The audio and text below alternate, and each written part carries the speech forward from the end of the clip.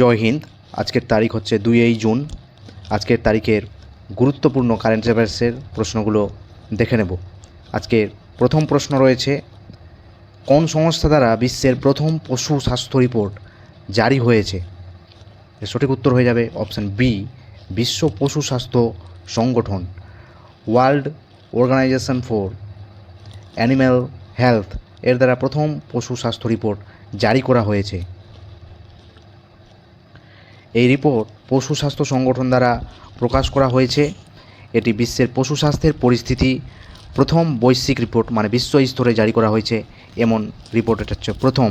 বিশ্ব পশু স্বাস্থ্য সংগঠনের সদর দপ্তর হচ্ছে প্যারিসে।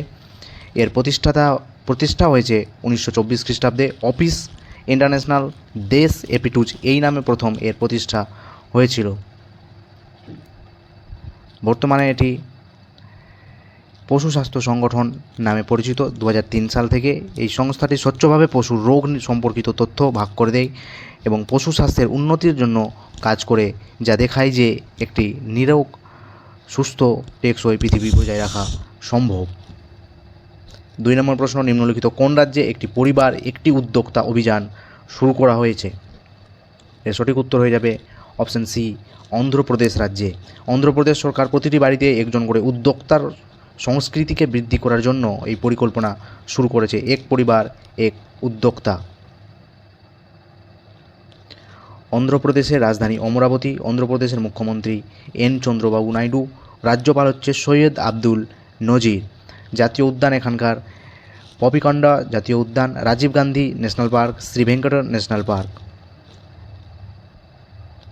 3 নম্বর প্রশ্ন, সম্প্রতি কাকে সুরক্ষা অনুসন্ধান এবং বিকাশ সংগঠন অর্থাৎ ডিফেন্স রিসার্চ অ্যান্ড ডেভেলপমেন্ট অর্গানাইজেশনের অধ্যক্ষ হিসেবে নিয়োগ করা হয়েছে? তো এটা option D, Samir V Kamat. ইনি আগেও ছিলেন।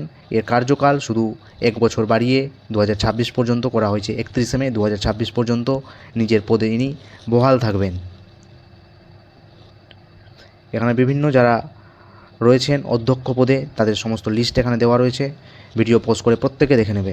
সিআইএসএফের যেমন রয়েছে রাজবিন্দর সিং ভাট্টি, ইন্ডিয়ান আর্মির রয়েছে উপেন্দ্র ত্রিবেদী, ইন্ডিয়ান নেভির রয়েছে দীনেশ কুমার ত্রিপাঠী, ইন্ডিয়ান এয়ারফোর্সের রয়েছে অমরপ্রীত সিং, জাতীয় মহিলা আয়োগে রয়েছে বিজয়া কিশোর রাহাটকর, রেলওয়ে বোর্ডের নতুন অধ্যক্ষ হচ্ছে সতীশ কুমার, এসবিআইয়ের চেয়ারম্যান হচ্ছে সিএস শেট্টি, 52তম CJI chief justice of India justice B R. Gavai, এবং ওরা প্রত্যেকগুলো দেওয়া রয়েছে, অবশ্যই দেখে নেবে। 4 নম্বর প্রশ্ন, নাগশঙ্কর মন্দির কোন রাজ্যে অবস্থিত যা কচ্ছপ সংরক্ষণের জন্য আদর্শ মন্দির রূপে নামাঙ্কিত করা হয়েছে? এর সঠিক উত্তর হয়ে যাবে অপশন ডি, আসাম। নাগশঙ্কর মন্দির অসম রাজ্যে অবস্থিত যা কচ্ছপ সংরক্ষণের জন্য আদর্শ মন্দির রূপে নামাঙ্কিত করা হয়েছে। এই মন্দির অসম রাজ্যের বিশ্বনাথ জেলার সুটিয়া শহরে অবস্থিত, যা তেজপুর থেকে প্রায় 70 কিলোমিটার দূরে অবস্থিত। অসমের রাজধানী হচ্ছে দিসপুর। অসমের মুখ্যমন্ত্রীর নাম হেমন্ত বিশ্ব শর্মা। অসমে এখানে রয়েছে মাজুলি দ্বীপ, যেটা সবথেকে বৃহত্তম নদী গঠিত বদ্বীপ পুরো বিশ্বের মধ্যে। কোশ্চেন নাম্বার 5, ফর্মুলা 2 রেস জয়ী প্রথম ভারতীয় চালক কে হয়েছেন? এর সঠিক উত্তর হয়ে যাবে কুশ মৈনি। ভারতীয় মোটরস স্পোর্টসের জন্য এক ঐতিহাসিক দিন। কুশ মৈনি ফর্মুলা 2 রেস জয় করে প্রথম ভারতীয় চালক হিসেবে ইতিহাস তৈরি করেছেন। উনি মে 2025-এ মোনাকো গ্র্যান্ড প্রিক্স রেসে দুর্দান্ত প্রদর্শন করে নিজের জয় হাসিল করে এনেছেন। 6 নম্বর কোশ্চেন, রেল নেটওয়ার্কের সঙ্গে যুক্ত হওয়া উত্তর পূর্ব চতুর্থ রাজ্য কোনটি হয়েছে? এর সঠিক উত্তর হয়ে যাবে অপশন ডি, আইজল। মিজোরামের রাজধানী আইজল হচ্ছে চতুর্থ রাজ্য। মিজোরামের রাজধানী আইজল রেল নেটওয়ার্কের সঙ্গে যুক্ত হওয়া উত্তর পূর্ব ভারতের চতুর্থ রাজ্য রাজধানী হয়ে গেছে। এটি এই অঞ্চলের হচ্ছে, এর আগে যেগুলো ছিল ওগুলো হচ্ছে দিসপুর আসাম, ইটানগড় অরুণাচল প্রদেশ, এরপর ছিল হচ্ছে ইটানগড়ের কাছে অবস্থিত অরুণাচল প্রদেশে, আর ভারতীয় রেলের জাতীয় নেটওয়ার্কের সঙ্গে যুক্ত হয়েছে। এরা হচ্ছে চতুর্থ রাজ্য, যেটা মিজোরাম আইজল। উত্তর পূর্ব রাজ্যের 4টি অন্যান্য গ্যাংটক, যেটা সিকিমে অবস্থিত, ইম্ফল, কোহিমা এবং শিলং, এরা এখনও পর্যন্ত ভারতীয় রেল নেটওয়ার্কের সঙ্গে যুক্ত হয়নি। পূর্ব উত্তর রেলওয়ে বা উত্তর পূর্ব রেলওয়ে, যেটাকে বলা হচ্ছে রেলওয়ে জোনের উদ্বোধন 15ই জানুয়ারি 1958 সালে হয়েছে। এখানে 8টি পূর্ব উত্তর রাজ্য অবস্থিত, সিকিম, আসাম, নাগাল্যান্ড, মণিপুর, মিজোরাম, অরুণাচল প্রদেশ, ত্রিপুরা ও মেঘালয়। এই 8টির মধ্যে 4টিতে হয়ে গেছে, আর বাকি 4টিতে হয়নি। এখানে যদি শুধু আমরা এই সিকিম রাজ্যকে বাদ দিয়ে দিই তাহলে এই 7টি রাজ্য মিলে তৈরি করছে আমাদের 7 সিস্টার। সদর দপ্তর হচ্ছে গুয়াহাটি। সদর দপ্তর গুয়াহাটি, আসাম। কার সদর দপ্তর? উত্তর পূর্ব রেলের। গুজরাট। 100% রেল বিদ্যুৎকরণ হাসিল করা ভারতের 24তম রাজ্য হিসেবে গণ্য হয়েছে। এক্সপ্লেনেশন। মিজোরাম। রাজধানী হচ্ছে আইজল। এখানকার রাজ্যপাল হচ্ছেন বিজয় কুমার সিং। মুখ্যমন্ত্রী হচ্ছেন লাল ধুমা। 7 নম্বর প্রশ্ন, কোন বলিউড অভিনেত্রীকে ইউরেকা ফোর্বসের ব্র্যান্ড অ্যাম্বাসেডর নিযুক্ত করেছেন? সঠিক উত্তর হয়ে যাবে অপশন এ, শ্রদ্ধা কাপুরকে। ইউরেকা ফোর্বস লিমিটেড, যা ভারতের একটি স্বাস্থ্য ও স্বচ্ছতা বিষয়ে প্রতিষ্ঠিত নাম করা একটা কোম্পানি, নিজের ভ্যাকিউম ক্লিনার রেজের জন্য জনপ্রিয় অভিনেত্রী শ্রদ্ধা কাপুরকে ব্র্যান্ড অ্যাম্বাসেডর হিসেবে নিয়োগ করেছেন। 8 নম্বর প্রশ্ন, ভারতের প্রথম পোষ্য খাদ্য অর্থাৎ পেট ফুড এর জন্য ইউনিকর্ন হয়েছে কোন সংস্থা? সঠিক উত্তর হয়ে যাবে অপশন এ, ড্রুলস। বেঙ্গালুরুর পশু খাদ্য সংস্থা ড্রুলস এখন আধিকারিক রূপে ইউনিকর্ন হয়ে গেছে, অর্থাৎ এর সম্পত্তির পরিমাণ হচ্ছে $1 আরব, যা প্রায় রুপিতে প্রায় 8,300 কোটি টাকার থেকেও বেশি। ইউনিকর্ন কী জিনিস? যাদের সম্পত্তির পরিমাণ, যে সমস্ত কোম্পানির সম্পত্তির পরিমাণ $1 আরবের বেশি বা 8,300 কোটি টাকার বেশি হয়ে যায়, সেই সমস্ত কোম্পানিগুলো ইউনিকর্নের বলা হয়। সেই সমস্ত কোম্পানিগুলোকে ইউনিকর্ন বলা হয়। ড্রুলস এই বছর 4র্থ ইউনিকর্ন হয়েছে, অর্থাৎ 2025 সালে 4র্থ ইউনিকর্ন কোম্পানি হচ্ছে ড্রুলস। এর আগে যেগুলো হয়েছে এই বছর জানুয়ারিতে হয়েছে ডিপটেক স্টার্টআপ নেটরাইন,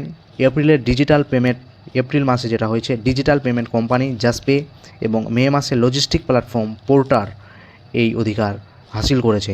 9 নম্বর প্রশ্ন, সম্প্রতি কোন দেশে 46তম আসিয়ান শিখর সম্মেলন অনুষ্ঠিত হয়ে গেছে? ASEAN, association of south east Asian nation এর 46তম সামিট হয়ে গেছে কোন দেশে?